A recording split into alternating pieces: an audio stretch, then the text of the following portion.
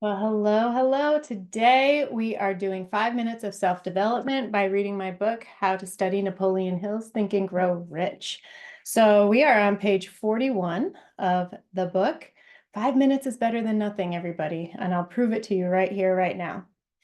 Page 41. We are now ready to examine the first of these principles. Maintain a spirit of open-mindedness. And remember, as you read, they are the invention of no one man. The principles were gathered from the life experiences of more than 500 men who actually accumulated riches in huge amounts, men who began in poverty with but little education, without influence. The principles worked for these men. You can put them to work for your own enduring benefit. You will find it easy, not hard to do. Before you read the next chapter, I want you to know that it conveys factual information which might easily change your entire financial destiny, as it has so definitely brought changes of stupendous proportions to the two people described. I want you to know also that the relationship between these two men and myself is such that I could have taken no liberties with the facts, even if I had wished to do so.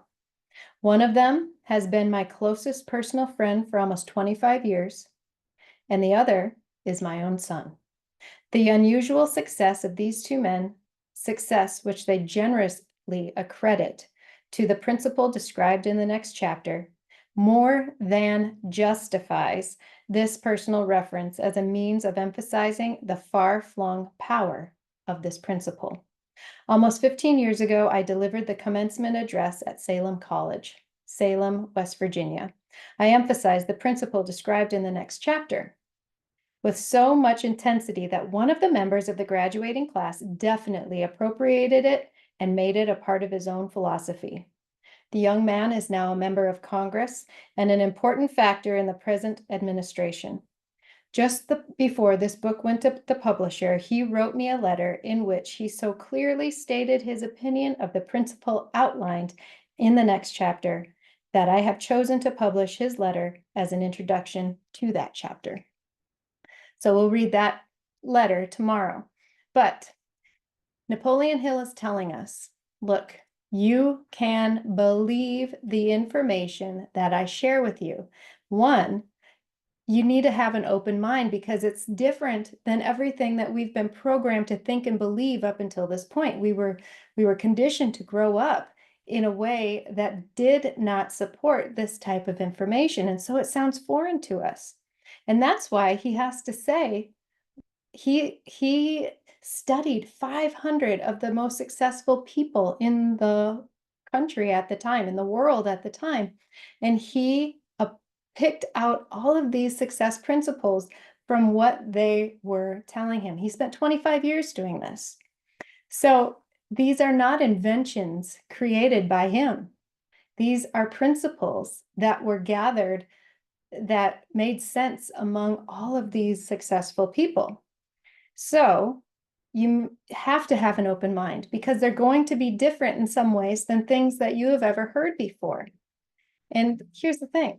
If you don't have the results that you want in your life, try something different. Try something different.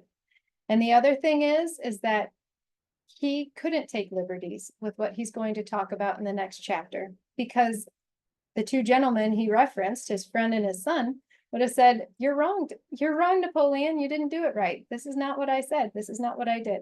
So he is being held accountable and he is presenting this information as he knows it as fact. So we need to move forward in this book with an open mind.